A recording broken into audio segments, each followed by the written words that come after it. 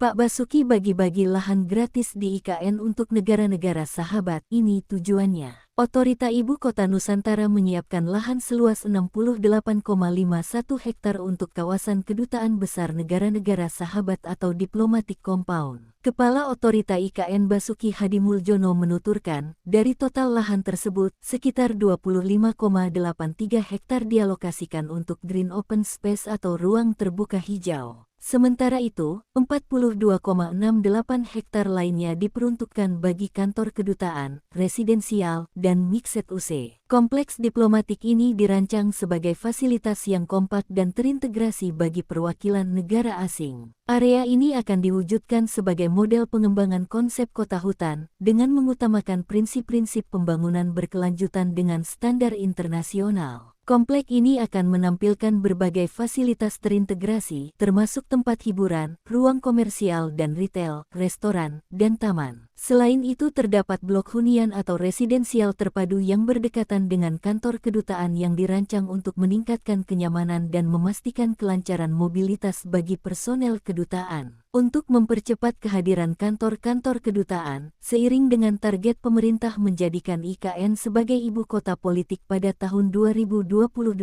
Basuki berencana mengusulkan kepada Presiden Prabowo Subianto terkait pemberian lahan gratis. Otorita IKN akan memberikan lahan gratis untuk 10 kedutaan besar yang bersedia beroperasi di IKN sebelum tahun 2028. Langkah ini diharapkan dapat menarik minat negara-negara sahabat dan mempercepat proses pemindahan ibu kota. Basuki menekankan bahwa usulan pemberian lahan gratis untuk kedutaan besar bukanlah hal yang baru. Ia mencontohkan beberapa kedutaan Indonesia di luar negeri yang juga mendapatkan lahan melalui pemberian, selain opsi pembelian. Hal ini menunjukkan bahwa praktik pemberian lahan untuk kedutaan besar merupakan hal yang umum dalam hubungan diplomatik. Dengan adanya tawaran lahan gratis ini, diharapkan semakin banyak negara yang tertarik untuk membuka kedutaan besar di IKN. Ini akan mempercepat proses pemindahan ibu kota dan mendukung target pemerintah untuk menjadikan IKN sebagai pusat eksekutif dan yudikatif pada tahun 2028, ujar Basuki kepada Kompas.com.